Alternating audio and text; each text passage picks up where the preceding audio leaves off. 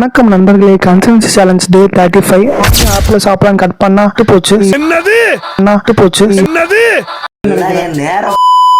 இன்னொரு ஆப்பிள் இருக்குன்னு அந்த ஆப்பிள் கட் பண்ணி அதை சாப்பிட ஆரம்பிச்சேன். நெக்ஸ்ட் வீட்டில் பார்த்தாலும் குச்சி கிழங்கு நம்ம வாங்கிட்டு வந்ததால அதை குக்கரில் வேக வச்சுட்டு இருந்தாங்க. அது ஒரு மாண்டேஜ் எடுத்துட்டு நெக்ஸ்ட் கெட்டு பண்ண ஆப்பிள் தூக்கி போடாங்க. அப்புறம் மார்னிங் சமைச்சிருப்பாங்களா, அதில் வெங்காயம் தக்காளி எல்லாம் இருந்துச்சு. அதெல்லாம் எடுத்துட்டு போய் நம்ம பிளான்ட் நம்பருக்கு கொடுத்தாச்சு. ஸோ இந்த மாதிரி வேஸ்ட்ல குப்பையில போடுறத விட இந்த மாதிரி பிளான்ட்ல கொடுத்துருந்தோம்னா அது கொஞ்சம் ஹெல்த்தியா இருக்கும். அதனால நம்ம பிளான்ட்டுக்குள்ள ஒவ்வொன்றா ஆப்பிள் அப்படின்னு இருந்தா வச்சுக்கோன்னு ஒவ்வொன்றா கொடுத்தோம். அதுக்கப்புறம் இவனுக்கு மட்டும் ஒரு ஸ்பெஷல் கவனிப்பு, இவனுக்கு மட்டும் பச்சை மிளகா போட்டேன். நல்லா தெம்பா இளந்தாரிப்புல ஃபீல் பண்ணி கொடுத்துட்டேன்.